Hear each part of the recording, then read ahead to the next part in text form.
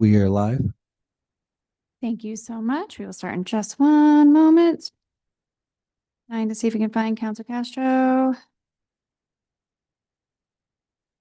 All right. Well, yeah, just in case, that'd be great. At 5:01 p.m., I will go ahead and call the Quality of Life Committee meeting to order. May I please get a roll call? Councilor Garcia, Yes. Councilor Faulkner. Here. Madam Chair. Here, and you're right. Oh no, it was a roll call. Yes, he's here. You have a quorum, Thank Madam you. Chair. All right, moving on to approval of the agenda. Any changes from staff? If not, can I get a motion? Motion to approve. Second. Motion and a second. All those in favor say aye. Aye. Any opposed? Motion carries. Going on to approval of the consent agenda, I have item F and item G. Item F pulled by myself and I believe just Councilor Castro, and item G pulled by myself and Councilor Garcia. Anything else to be pulled at this time? Nothing pulled at this time. No. Sorry. Motion to approve as amended? Second. As amended. Perfect. Oh, there you are. All right, and we will let Councilor Castro get to the chair. We are currently about to vote on the consent agenda as amended with F and G pulled off. Is there anything else you'd want to pull off at this time? Mine has been pulled. Thank you. All right, roll call, please. Councilor Castro, Yes. Councilor Garcia, Yes. Councilor Faulkner. Yes. Madam Chair. Yes. Motion passes. Thank you so much. All right, let's move along. So our first presentation, Youth Community Violence Interruption Pilot Report. We have Sandy Emery from the Youth and Family Services Program Manager, Dr. Elizabeth Silva, YCVI Consultant, and Chanel Delgado, Santa Fe County Administration Youth and Family Services Program Manager. So I will hand it on over to you, ladies. Thank you so much for being here. Hi. Thank you for having us tonight. I am plugged in, but it's not showing up on this. There we go. Thank you all for having us tonight. My name is Sandy Emery. I am the program manager for Youth and Family Services, tasked with the city's violence prevention and response programs, one of which is the Youth Community Violence Interruption Pilot.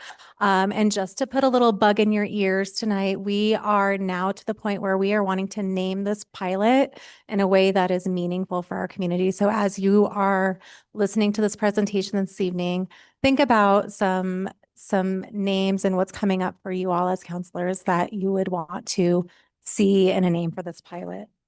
With me tonight is Dr. Silva, who is our I had an expert partnership in development and design of this program. She's been with the program since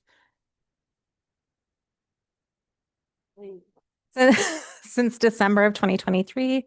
And Chanel Delgado with the county, who has been with this program and this project since its inception in 2020. This pilot was really developed, and you'll hear more about it throughout the presentation, as a response to youth violence happening in the community in 2020. And the Violence Prevention Strategic Plan has been in place since 2022. What you'll see tonight is just really just amazing and strong partnerships at every level of government. We have partnerships with the state. We have a very close partnership with the county. And I'm really excited to share with you all that's been happening since we last presented in February, which was actually before I was employed with the city. And we have just been moving on.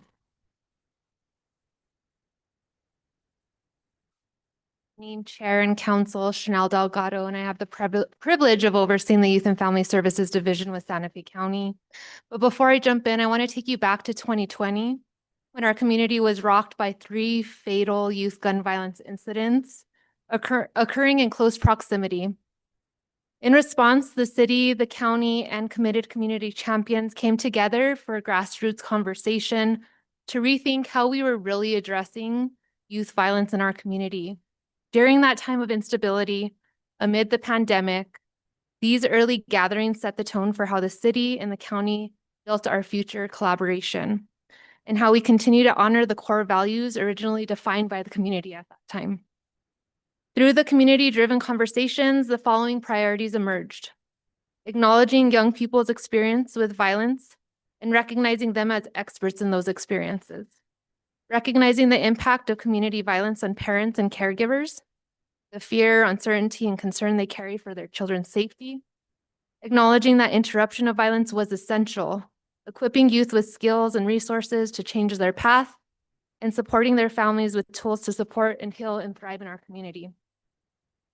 Engaging key stakeholders like the city and the county, which we have come together and super excited to talk about today, but also community partners, and recognizing this is a community effort, which requires alignment, collaboration, no more silos, no more duplication of services, and serving the community at our best. Addressing the deep, historic, and systemic causes of violence, and mobilizing support to confront those system roots. It is an honor to carry this torch forward. It is a privilege to appear before you this evening to share the latest update on the collaboration between the city and the county and community partners on this youth community violence interruption pilot. So thank you, and I pass it on to Dr. Elizabeth. Good evening. It's so wonderful to see you all again. I am excited and honored to share where we're at with this pilot. Not a year from the last time we spoke with you. What I just handed out was a timeline, the roadmap of everything that we've been able to accomplish since February when we saw you last is pretty incredible. And we wanted to highlight all of the work that has been done that doesn't even fit into this slideshow. And as you'll see, from the inception when community leaders came together asking for this initiative to be embarked on by government, up until now, there's been a rapid acceleration, particularly in 2025. Luckily, the staff positioning that we needed to have this moving at the pace that it's moving right now is pretty remarkable. So this is not in the slideshow, but we wanted to give you all just kind of a bird's eye view of how wonderful we've progressed since the last time we talked to you.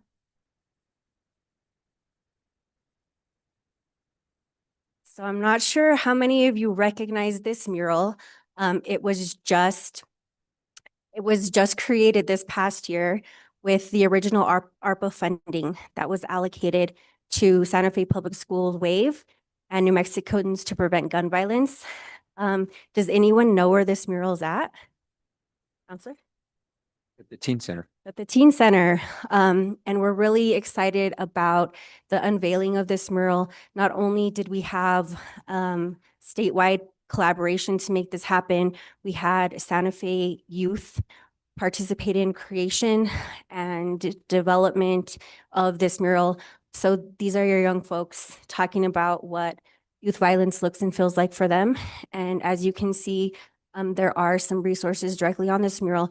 You actually go to the mural, it's interactive. So you take your cell phone, you scan it, and it comes to life. And you'll see even more resources kind of pop out. I'm not gonna tell you what it looks like. I really hope you all go and see it for yourselves, but please go and check this out soon.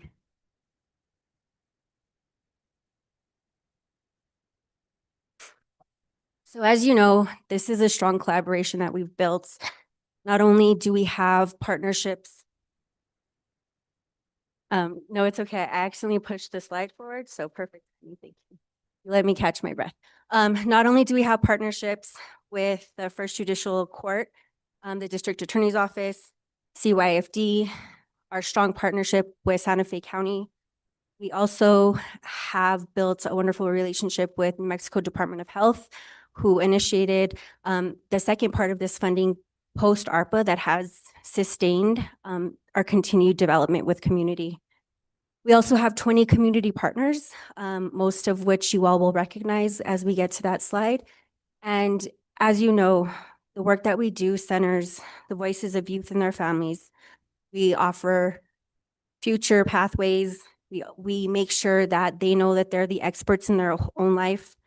And we really look to how we are creating interdependence within community so that folks aren't feeling like they're moving in siphons.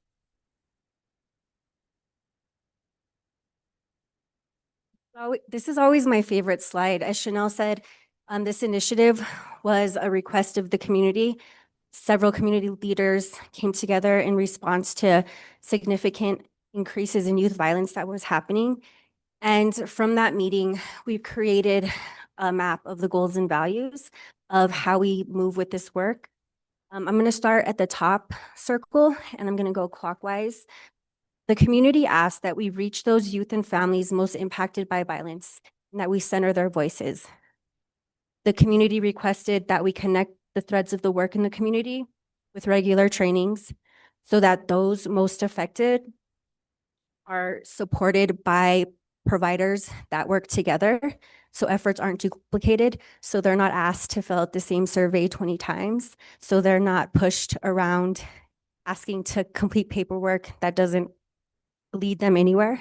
They asked that we are rooted in restorative justice so that quality of life is centered and that community and intergenerational healing is at the center of how we build out our program.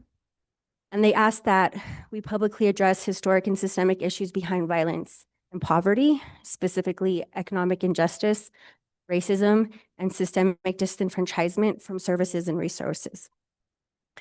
So as Chanel and Sandy both mentioned, our strategic plan that was created birthed, right, the initiative of this pilot, and it was under critical priority objective 2. So if you look at our strategic plan, it's pretty lengthy. This is just a piece of it for violence prevention overall for the city. But our piece of the work was called to educate, navigate, and employ youth at high risk for violence and establish a sustainable program to reduce youth, gun, and gang group violence.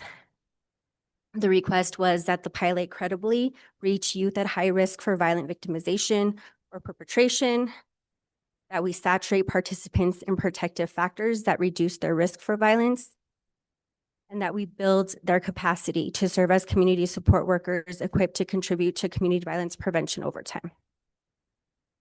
This is the beautiful rooting and foundation that the community gave us to do this work.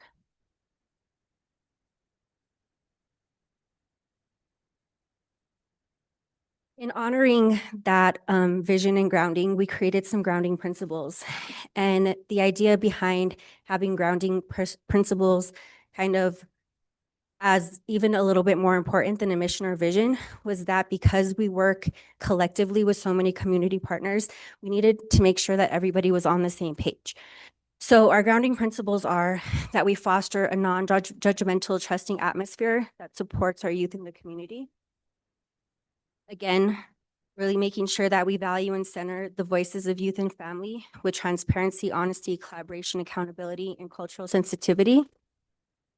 That we are measuring our outcomes. Are we doing a good job? Are we having ongoing learning together with the community to contribute to that overall success? How are we reacting in real time when we see that there's a gap that we aren't addressing? And how are we making sure that we are funding an organization, a provider, or creating a space that's addressing that gap?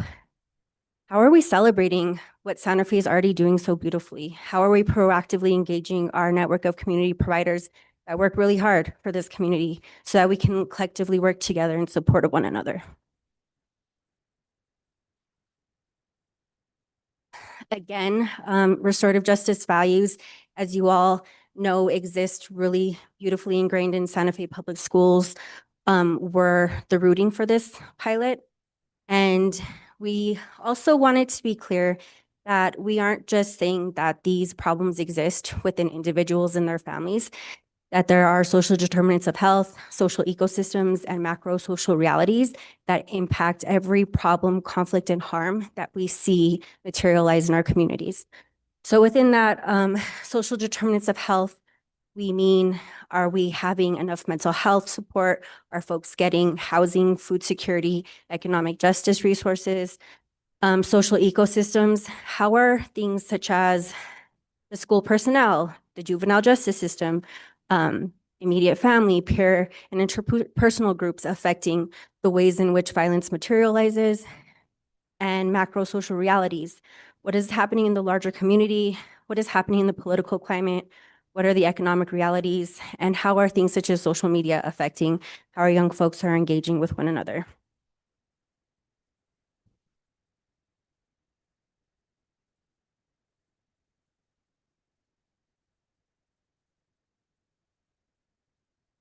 been really blessed to have some great funding come through for our program. I'm gonna pull up my paper closely so I could read this correctly. So as you can see, we have about 95% of the funding that has been allocated to the youth violence interruption pilot go directly to community. So in a second, you'll see the slides.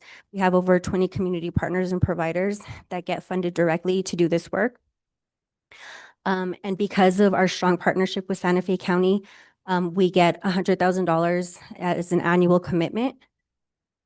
And we're very lucky to have built a model that has been highlighted by the New Mexico Department of Health. The original funding that was allocated statewide was the New Mexico DOH Violence Prevention Fund. And based on what they've seen with our work, they actually increased our funding by $400,000, and all of that money went directly to community.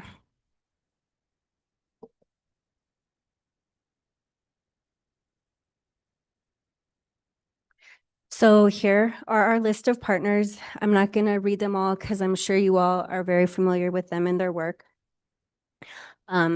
They have been funded through ARPA funding, which was the original allocation that was granted to this pilot, as well as New Mexico Department of Health funding, and as well as some of the funding that came through with the county.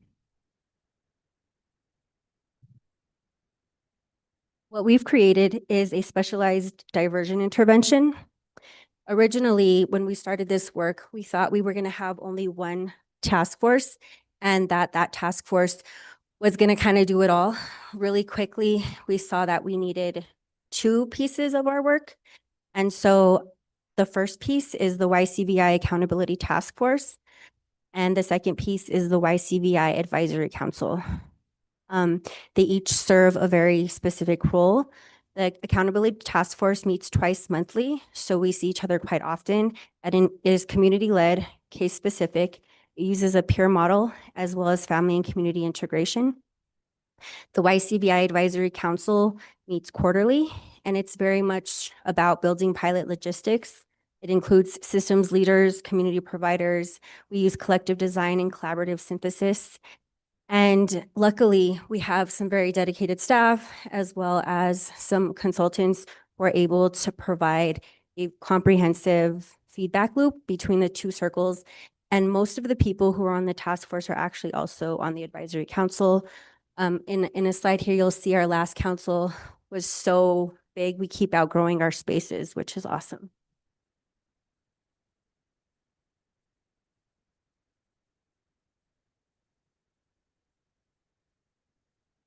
So initially, the eligibility criteria for the pilot was pretty broad, and it was any person who was a perpetrator or a victim of violence.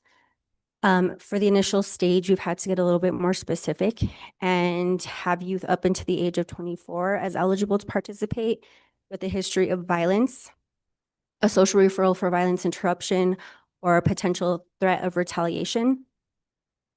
Interestingly, we've had a whole lot of excitement from the system partners. And most recently, we have been able to work with the First Judicial District Attorney's Office, as well as Juvenile Probation Office, as approved community partners to send us referrals.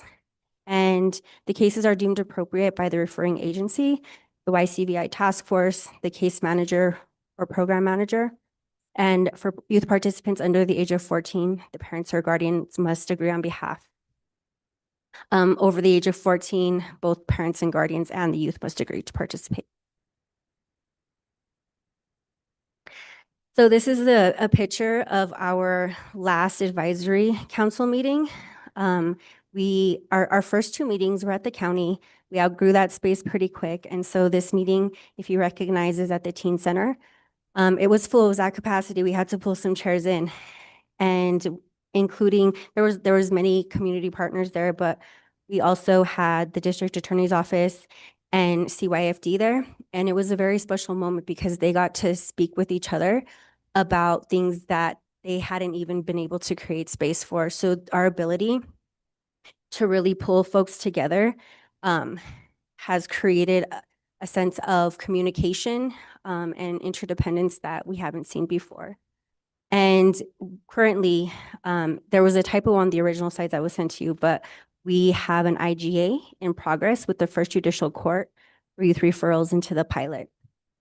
We are also currently in conversation with CYFD leadership to secure a referral pathway into the YCVI pilot, and they're really excited about working with us, and they're really invested in how we've set up the model for this program.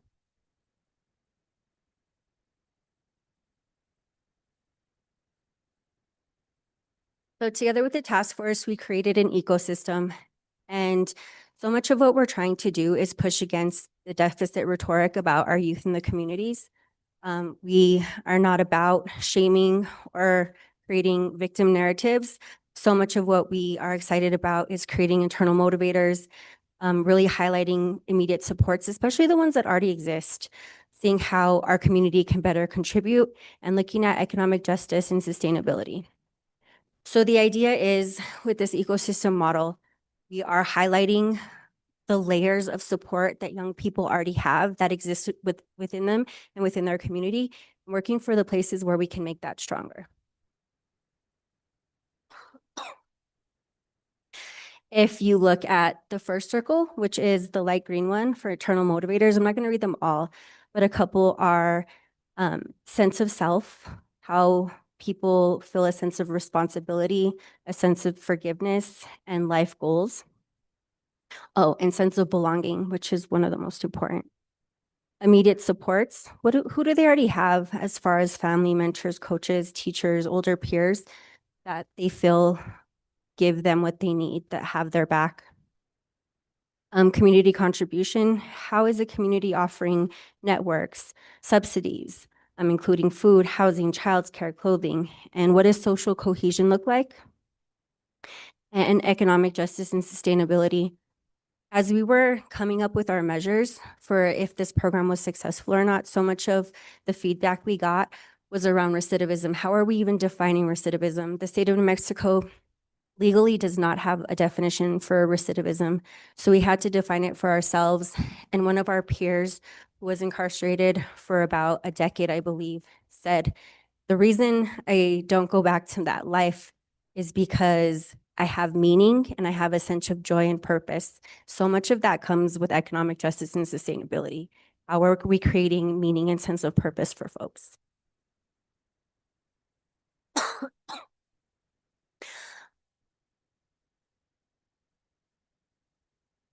So this is not even a comprehensive list. We're using the Connect network to make sure that we have all of the assets available to our community.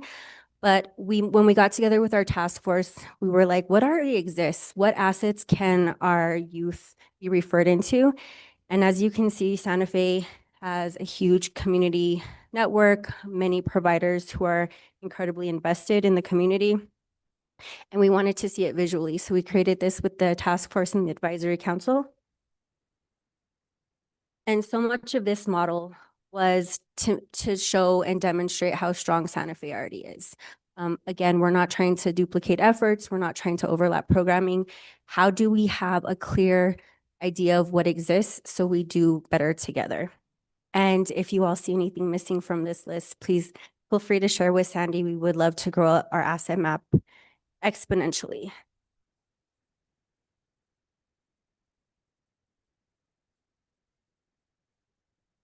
So as you saw, we are now accepting referrals.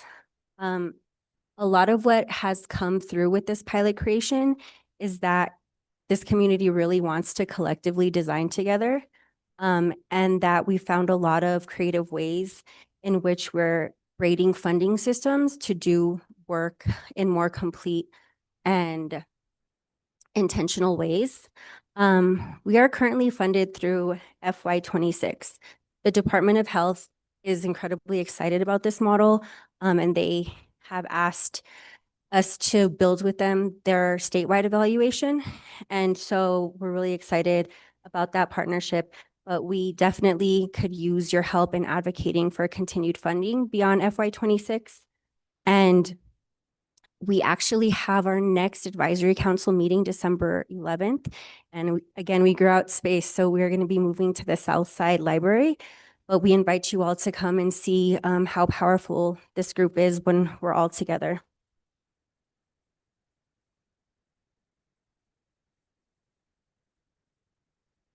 When Sandy was meeting with our UNM evaluators as we support this statewide evaluation measures, they were really impressed with just the fact that we were constantly bringing people together bi-monthly and quarterly at such an intentional and scalable pace, that they said the active community engagement is a protective factor for our mental health, which decreases violence. And when structures of power are equally engaged in community, our communities become safer. So we have this history of creating more and more independent and more isolated systems.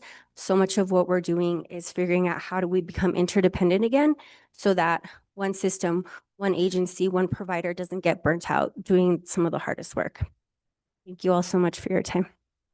Well, They're thank you open so for much. questions. Thank you. Thank you so much for being here and for this presentation and for, as you mentioned, it did move quite quickly. So all the work that has gone into this, and it is very impressive to see where you are. Questions, comments from the committee? Councilor Castro. Yes, thank you, Chair, and thank you so much for the presentation. I know that this has been some amazing work, and it's been so wonderful to see you working on all of these amazing projects. There's a few key words that I just want to make sure that we understand as a community. So the ecosystem in Santa Fe, can we talk a little bit about Connects and the relationship that the city and the county have, and sort of how we plan to grow out these systems specifically for youth? And I know that's a big question, but sort of what are the next steps that we're going to see in this pilot? Thank you, Councilor Castro. I think for the county, I'll speak on my end. All of our youth serving contracts require you to be a participant in Connect. So really building out that landscape to ensure that we're not only looking at connecting adults to services, but we're also looking at how do we strengthen that network to really be youth serving as well. Again, we don't want to recreate a system if we already have one, and how do we utilize that to serve us best? And so really looking at the functions and how we can build that out, and how, if we're sending referrals from this pilot to another, how do we utilize Connect to do that? So we are looking at that. It is in play. There are already a lot of youth serving agencies on Connect. And so I think we have a really good head start on that. Amazing. Yeah. Anything to add from the city side? Same for the city. We, as many of you know, we require the Children and Youth Commission and the Human Service Commission require that providers who are providing navigation services be part of it. So we're making sure that we're using resources that we already have heavily invested in and are successful, and we're working to make them to support the whole system. And it's wonderful that we're using these resources, even though we're getting some financial resources efficiently and effectively, and that's wonderful. Now, interdependence to me sounds a little bit like a negative word. When we talk about interdependence, what does that really mean between organizations? Thank you for that question, Madam Chair, Councilor Castro. I think what interdependence comes down to is really, Chanel and Dr. Silva said, breaking down those silos. You know, there are wonderful.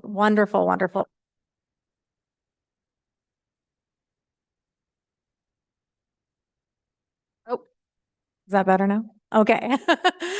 We want to make sure that organizations feel comfortable and safe in sharing resources and building together. So, you know, absent codependence, which is needing to rely on one another, we're understanding that, you know, with organizations working together successfully, we create this really beautiful Venn diagram of strengths in the community. And we're not relying too heavily on any one organization, or we're not forgetting to call in an organization who's really doing valuable work.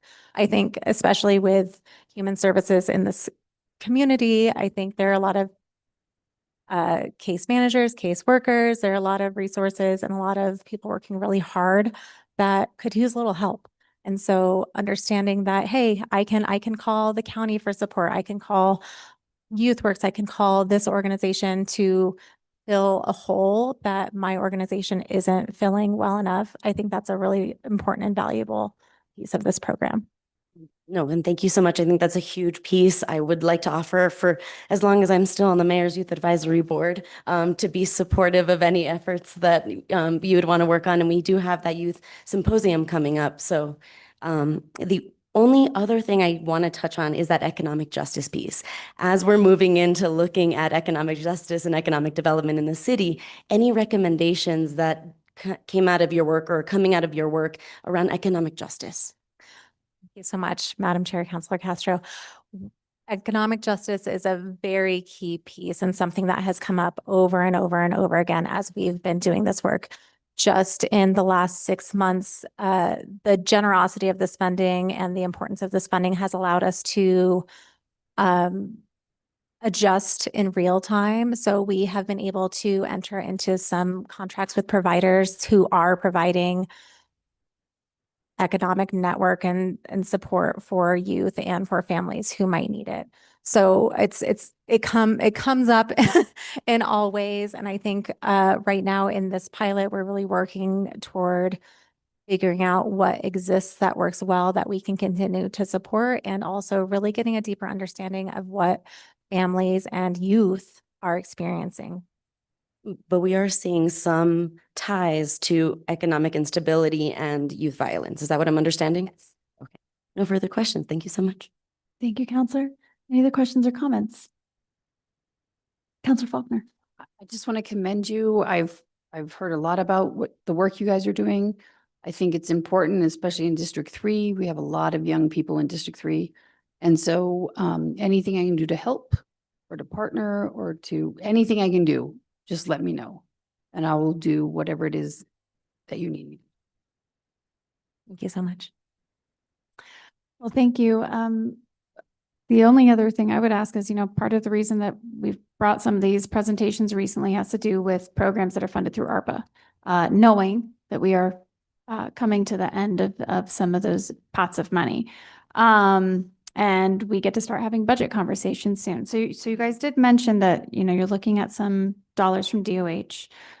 Is there any estimate of how much might come through? What are we looking at in terms of city and county support? If this was something that the city really wanted to make sure moved forward, and how those partnerships are looking. Thank you, Madam Chair. We are actively looking at opportunities to continue funds and this funding far beyond ARPA. As you could see from the pie chart, the initial ARPA investment in youth violence was just $365,000. We have in our department increased that to $1.2 million. And of all of that funding, 1.1, almost $1.2 million is going straight to community partners and into community. So we are really hoping to continue to work really closely with the Department of Health as they advocate for more of that state level funding. And we are very actively looking for alternative funding streams to support this work. It's super important, and I think it's very valuable. So we're working on it. Well, wonderful. And thank you. And I know that, as we move into budget discussions, that will be something that I will be interested in hearing about in terms of, what other funding sources are coming in and what would be needed to continue this on at the city. So thank you again so much. Thank you. And with that, we will move along. So thank you all so much for being here. Really, truly appreciate it. All right, scrolling down to what was pulled off consent. Item F. So it's consideration of bill number 2025-22, adoption of ordinance number 2025 to be numbered later, sponsored by myself, Counselor Jamie Cassett, Counselor Signe Lindell, Counselor Alma Castro, and Counselor Pilar Faulkner. It's a bill amending SFCC 1987, Section 5-2 to define abandonment and unattended animal, Section 5-5.4 to prohibit keeping an animal on any median, and Section 5-8.4 to specify that abandoning an animal will incur a fine, creating a new Section 5-8 8.14 unattended animal, prohibiting unattended animals and imposing a fine, and amending table 15-12.1 to increase the fine for abandoning an animal from $200 to $500, impose a $200 fine for a first unattended animal offense and a $500 fine for subsequent offenses, and impose a $200 fine for keeping animals on medians. We do have Thomas Grunler. I believe Deputy Chief of Police should be on the Zoom. And I had pulled this off as well as Counselor Castro. So Counselor Castro, I will send this over to you first. Great, thank you so much. And I had pulled this off for a couple of reasons.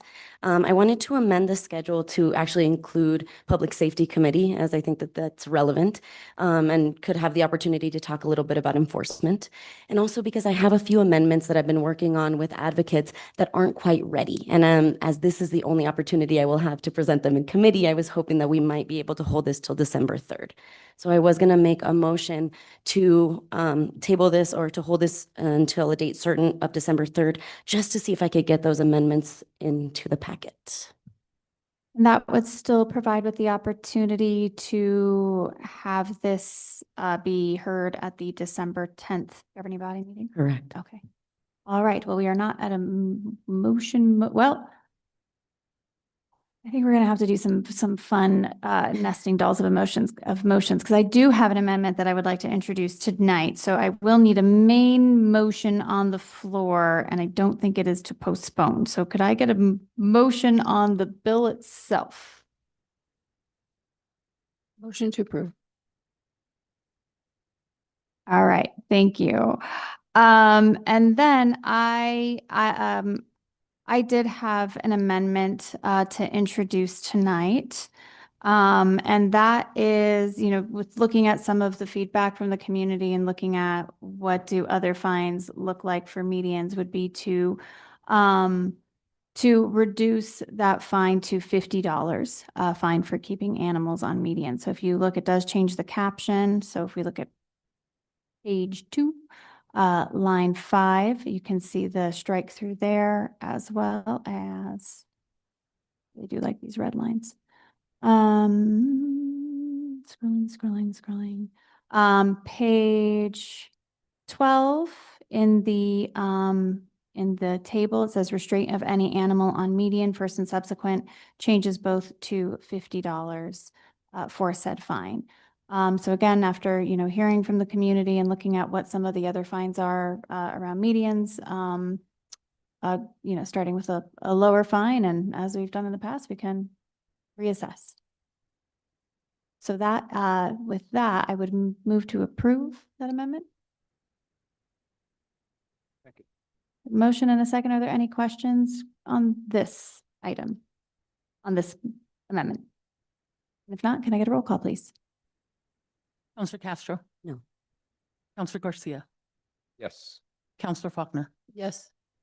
Madam Chair, Yes. motion passes. Thank you so much. And then before we get to delaying, any questions, comments on the bill itself at this time? Well, and I just did want to point out, Chair, that one of my 3 amendments is in the packet. Oh, it I'm is. not going to move it Apologize. quite yet because I wanted to move them together, but I can give a small explanation of what I was Yes, please. speaking to advocates about. And really, this is about us having discussion around what the prohibition is. So I'm very much in favor of defining what abandonment is. My understanding is that if a dog or any animal is abandoned on a median, it would be under the ordinance without that section still against the law. And then another piece that we're looking at in that same sort of schedule of fees is that it says for first offense and inability to pay, there's an alternative payment. And so I am working on another amendment that will create an or, so that there will always be, if you have the inability to pay, an alternative method. And we can work with advocates to see what types of alternative methods, along with the municipal court, we can settle on. But it does give us the ability to sort of look at the ability to pay when we're looking at these fees. And then there is another section that honestly didn't get a lot of attention, but does allow for civilians who are not acting as city officials to take possession of an animal and turn it over to animal control. And there's some concerns, especially in the unhoused community, that if folks went to the restroom and tied up their animal and they came out and the animal was gone, that it potentially feels like they're pet was stolen. And so we're working on some of those details, and I would like to see that here in quality of life. And it also sounds like you want to get rid of the provision that animals can that animals can't be on the medians even with their owner. Correct. That's And so that is this First Amendment B, which is in the packet and the public can see, but again, I won't be moving that today. I will be making a motion to postpone to a date certain, which is December 3rd. Okay, and did you also want to send it to, you mentioned that you wanted to refer it to public safety. Correct. That would be amending the schedule to send it to public safety. Okay. So let's take, when is public safety? I believe it's November 17th. And have you spoken to Chair? I have not. So that Okay. is why I'm not going to move that quite yet, but I believe she can put it on the agenda without us having to. That's November 17th. That is my understanding, yes. Okay. All right. I mean, we can, of course, refer it to public safety. And then it does come to finance again on November 10th. So let me check schedules real fast. I would like to get this, before the end of the year. So I'm Understandable. just double checking. So then if I'm understanding this correctly, this would take it to quality of life on the 3rd, public safety on the 17th, quality of life on the 3rd, finance on the 8th, governing body on the 10th. Is that Correct. okay? Deputy Chief Gruntler, did you have something to add? And thank you for being here. We You're can't hear muted. you, We Deputy cannot Chief. hear you. DC Grundler? You're muted. We haven't heard it. We haven't heard anything. I was like, sorry about that. No, I just wanted to apologize for my appearance, Madam Chair. I've been out and training all day and kind of got this last minute. Public safety is the 3rd Tuesday of every month, so I believe it's the 18th.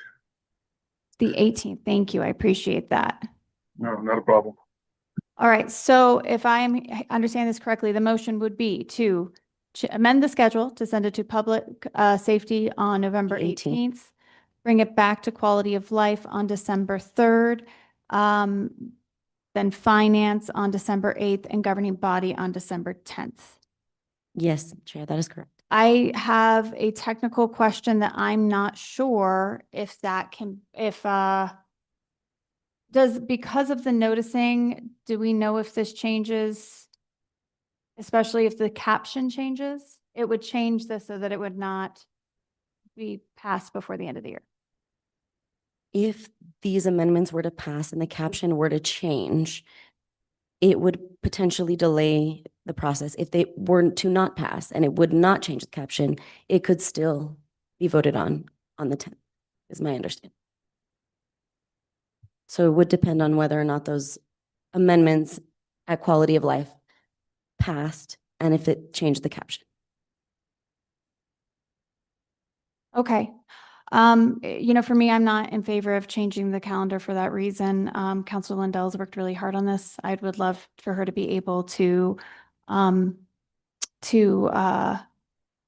on it. Yeah, but before the end, as I've mentioned before, I'm happy to bring forward amendments, even if I disagree with them, to be discussed at Finance Committee, because that is another committee opportunity.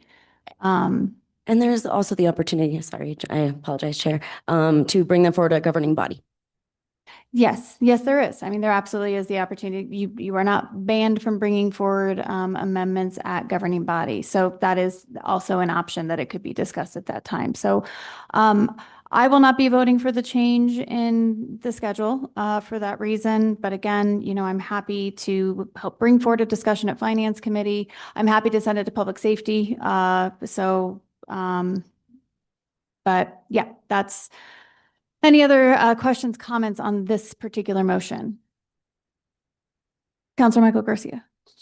Since we just passed an amendment changing the caption, we're already altering the timeline.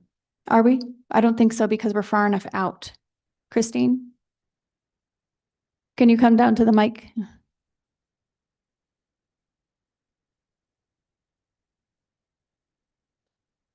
Madam Chair, Councilor Garcia, because we have a break in the committee schedule, so 2 weeks in November, we'll still have enough time to notice the bill and have the 2-week waiting period for the Open Meetings Act. Thank you. Any other questions or comments at this time? Can I please have a roll call on the motion to change the schedule to what I had stated before? Counselor Castro, Yes. Counselor Garcia, Yes. Counselor Faulkner, Yes. Madam Chair, No. motion passes. Thank you. And with that, I guess we will not be taking a final vote on this.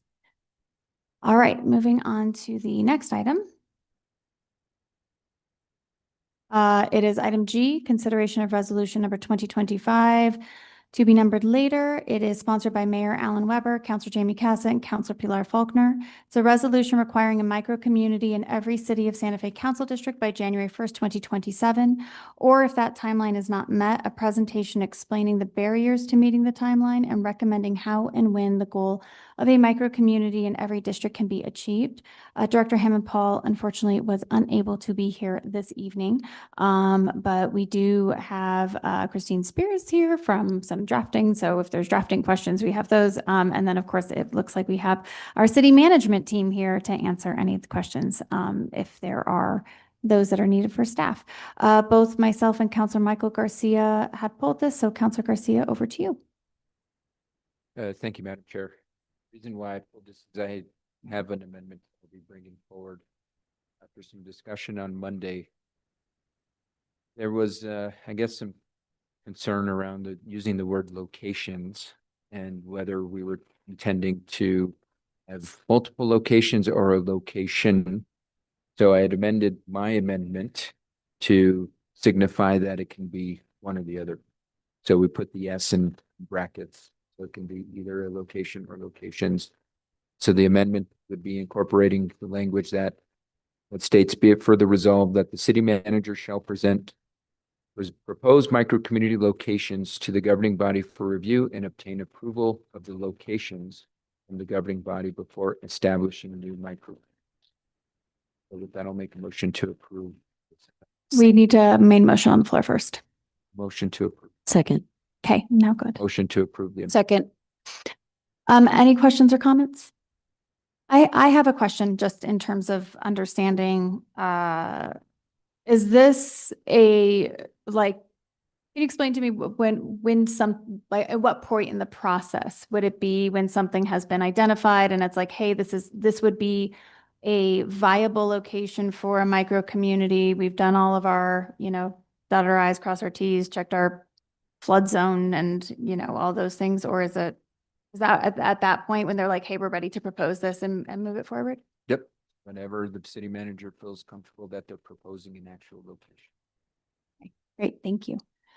Any other questions or comments on this? And if not, can I please get a roll call? Counselor Castro, Yes. Counselor Garcia, Yes. Counselor Faulkner, Yes. Madam Chair, Yes. motion passes. Thank you. And then I also had an amendment. This is an amendment from myself, Counselor Faulkner, and Counselor Romero Worth. This amendment, what we were really trying to look at is how to make sure that these are dispersed throughout the city. And we had a conversation that we technically could have a micro community in 3 different, we could hit District 1, District 4, and District 2 and all be on Cerrillos Road and within a close context. And so this was to indicate that we wanted to make sure that we were really spreading them out throughout the community, not just throughout the districts. And that we would be looking at areas that are not currently providing micro communities or services. And the goal would be to have those be the first area that we would be able to establish one. So where you can see the changes on page 3, line 3, inserting, whereas the geographical character of the city council districts varies with respect to geographic size, density, and use, and it is important to space the micro-communities apart from one another. And whereas choosing micro-communities sites that are scattered throughout Santa Fe is a best practice, allowing micro-community residents to integrate into the larger community while receiving ongoing support and stability. And then also on line 13, adding on to this whereas clause. So the full clause would read, whereas the city wishes to establish a microcommunity in each city council district such that each microcommunity is geographically spaced apart from one another to ensure citywide access to safe shelter and supportive services. And then on the now therefore be it resolved, we capitalize city. And then on line 18, be it further resolved that the micro-community sites will not be concentrated in a single geographic location, even if those sites are technically in different city council districts. And the city will prioritize identifying sites for micro-communities in areas of the community that are not currently providing any homelessness services. And with that, I will move to approve. Second. Motion and a second. Any questions or comments on this? Councilor Castro?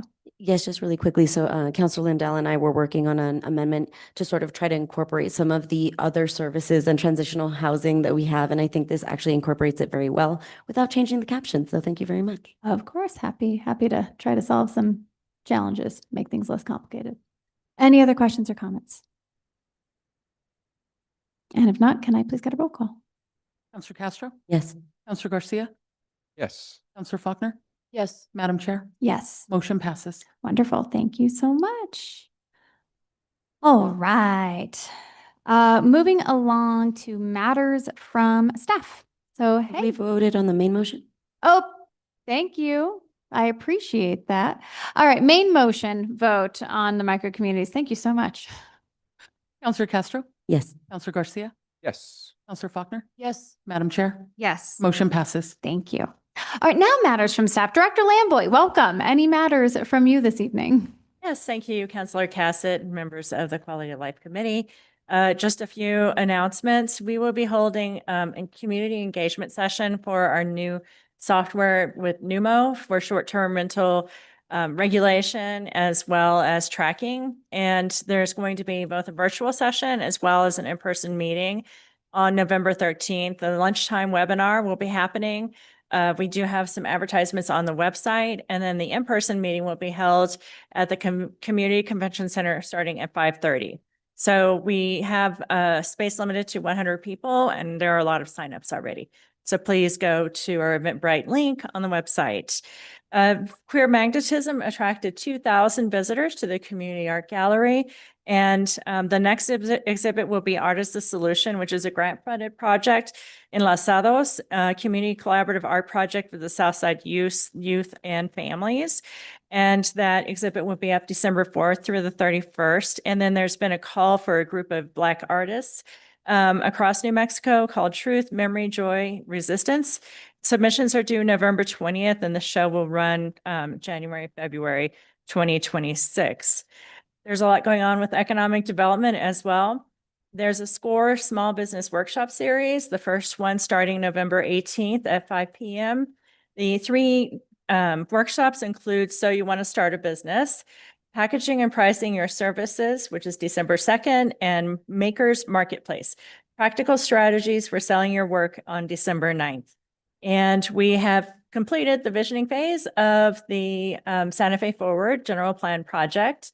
So as we package all of that up, we'll be making presentation to the governing body on November 19th. We'll also be making a presentation of our digital platform, which is being tested right now, a soft launch amongst staff, so we can make sure that everything is in order so that the public can start using it and having more access to information as well as planning and land use activities. Wonderful. Thank you so much. Appreciate it. Marcella, anything from you today? No? Matters from the committee? Counselor Faulkner? Okay, so I'm going to pitch this at every committee. Toy Drive, Los Alamos Laboratories, they're federal employees. We're going to lose a lot of support because of the government shutdown. So anyone and anybody who wants to help, we have to weigh in. There's 15,000 kids we have to get toys for. We also have agreed to take on getting food for families that are also being impacted by the federal shutdown. And we think we can do this because they can dovetail, like it's just adding one more box to a location. But I know that Councilor Castro and I are very invested in this. And just anyone who can help. It's going to be a heavy lift this year, and it's not just for kids, it's for families who don't have food. And so I'm just going to pitch it everywhere and anywhere. Thank you, Counselor. Any other matters from the committee? Matters from the chair, I just wanted to take this time to officially congratulate now Mayor-elect Garcia. So congratulations, and we look forward to working with you as you take over the helm at the city. And with that, our next meeting is on Wednesday, December 3rd.